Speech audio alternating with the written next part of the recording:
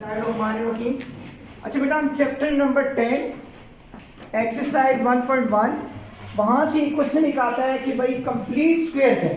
Complete square का मतलब होता है बेटा मुरब्बा कंप्लीट करना, स्क्वायर कंप्लीट करना। सबसे पहले देखिए बेटा स्क्वायर क्या है। अभी हमारे पास क्वेश्चन है बेटा, ये क्वेश्चन है हमारे पास। हमने फाइंड बेटा क्या करना है, कंप्लीट स्क्वायर करना है। हम कर रहे हैं कंप्लीटिंग स्क्वायर। उर्दू में बेटा बोलते हैं इसको तकमीले मुरब्बा। मुरब्बा कंप्लीट करना, स्क्वायर कंप्लीट करना। अब बेटा हमारे पास पार्ट नंबर 1 है। अगर आप देखें तो तमाम क्वेश्चन जो है वो एक ही पैटर्न पे है बेटा, सिर्फ कपड़े बदल रहे हैं। जैसे यहाँ क्लास में 40 बच्चे हैं तो बस ड्रेस चेंज हो रहा है, बाकी सब कुछ सेम है। आपने सबसे पहले देखा है, देखिए बेटा ये इक्वेशन है। इक्वेशन क्या होती है, जिसमें इक्वल का साइन होता है। अब यहाँ पे इक्वल आ रहा है कि नहीं आ रहा? आ रहा है।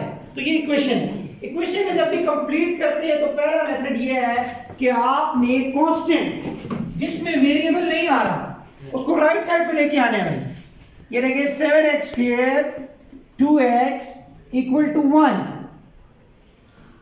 तो सबसे पहला काम आपने तकमीले मुरब्बा में ये करना है कि स्क्वायर कंप्लीट करते हुए आपने कांस्टेंट को राइट साइड पे लेके आना। देखिए राइट साइड पे ले आए, देखिए ये कांस्टेंट है। दूसरी बात जो सेकंड स्टेप है, ये मैं इंप्लाइज साइन डाल रहा हूं। इंप्लाइज का मतलब होता है पहला स्टेप, सेकंड इंप्लाइज दूसरा स्टेप। इसमें बेटा आपने क्या करना है, ये जो कोफिशिएंट है, मतलब इसको उर्दू में बोलते हैं अददी सर, वेरिएबल कहते हैं मुतगय्यर। मुतगय्यर के पीछे जो कुछ आ रहा है, यहां पे आपने कंप्लीट स्क्वायर में 1 बनाना है। तो यहाँ पे 7 है तो बेटा आप क्या करोगे, 7 से क्या करोगे, पूरी इक्वेशन को तकसीम कर दोगे, क्योंकि हमने 1 बनाना है।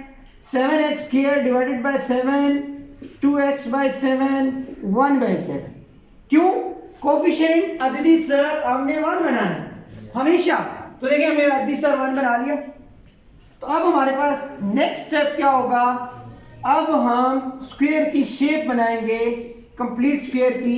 देखिए कंप्लीट स्क्वायर में अगर आप गौर से देखें बेटा तो ये फॉर्मूला है a + b का होल स्क्वायर। ये हमारा डेस्टिनेशन है जहां हमने लेके जाना है। तो हमने बनाना क्या है, a² +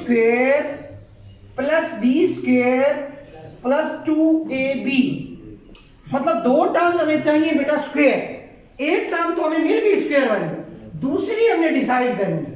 वो कैसे डिसाइड करनी है, देखिएगा x का होल स्क्वायर, फॉर्मूले का देखिए 2 स्क्वायर। जब भी कंप्लीट करते हैं तो 2 फॉर्मूले का लाजमी होता है। अच्छा पहली टर्म क्या होती है बेटा, स्क्वायर के अंदर वाली। स्क्वायर देखिए यहाँ पे a का स्क्वायर, तो a है भाई अंदर, तो यहाँ पे स्क्वायर क्या है, x का स्क्वायर। तो x पहली टर्म होगी।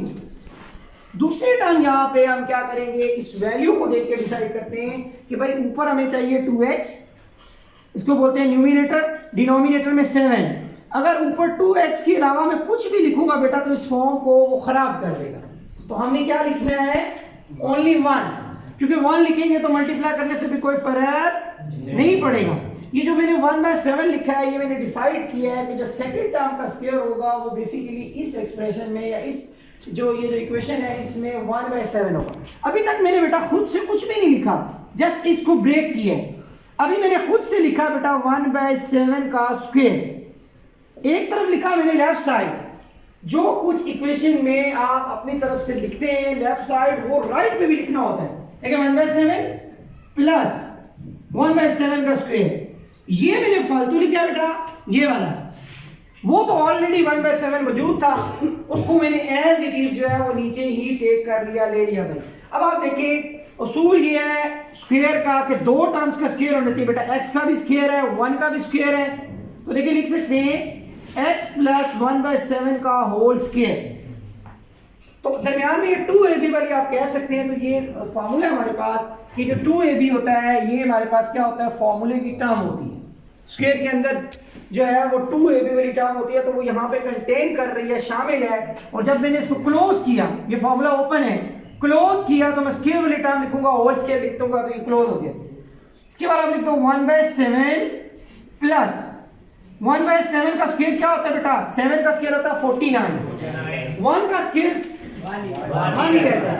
तो अब हम अगर इसको क्लोज करें तो देखिए क्या बनेगा, x प्लस 1/7 एलसीएम भी ले सकते हैं 49 और 7 का अगर एलसीएम चेक करना चाहते हैं 749, तो एक ही टेबल से चले जाएंगे 7 1 7 7 7 49 7 1 7, तो 49